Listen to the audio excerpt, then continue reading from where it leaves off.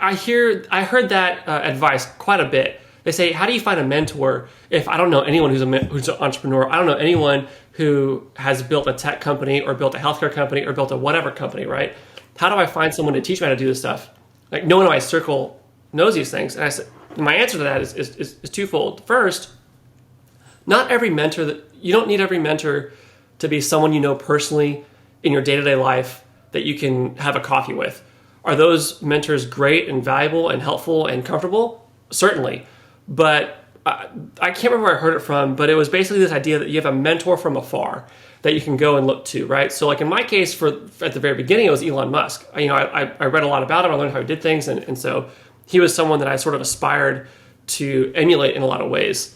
By no means am I Elon or have the skill set or like anything, right? But that's sort of where it started from. And then I found other people through podcasts, through TikToks, YouTube videos, Reels of business owners that I wanted to emulate because I really identify with their business philosophy, with how they ran, with how they treated their employees, et cetera, et cetera. And one of those people was a guy named Sung Kim. He was a top 50 first designer, as voted on in Insider magazine. He was head of product or head of a product team at Amazon. He started his own startups. He's current chief product officer at Nixon. And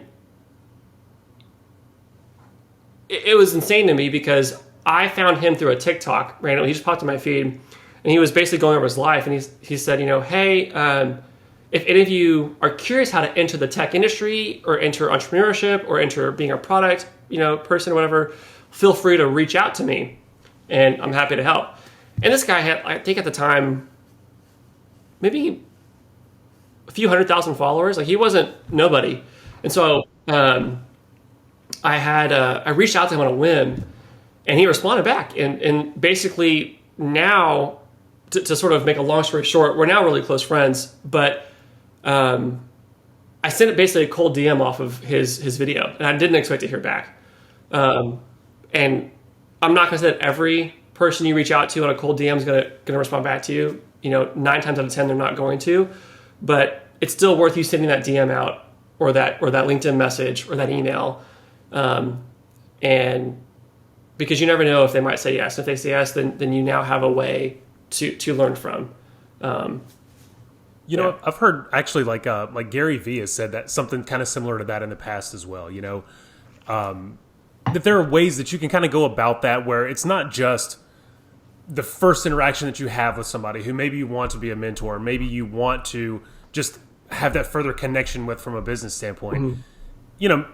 Maybe it's not just that one cold email, because I don't think a lot of people do like this gentleman you're talking about where they say, hey, please reach out to me. I don't think a lot of people put themselves out there and invite that just organically or make a mention to do it. Yeah.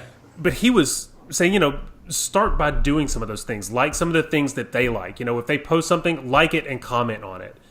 Just start to engage with them. Yeah, well, and to that point, I definitely been doing that. Like it wasn't like I saw one video and he said reach out and I jumped over there. I followed him for a while and then he dropped that video and so I saw an opportunity and so I took it. Thanks for watching. Be sure to like the video and comment. I love to interact. And as always, be sure to subscribe to the channel.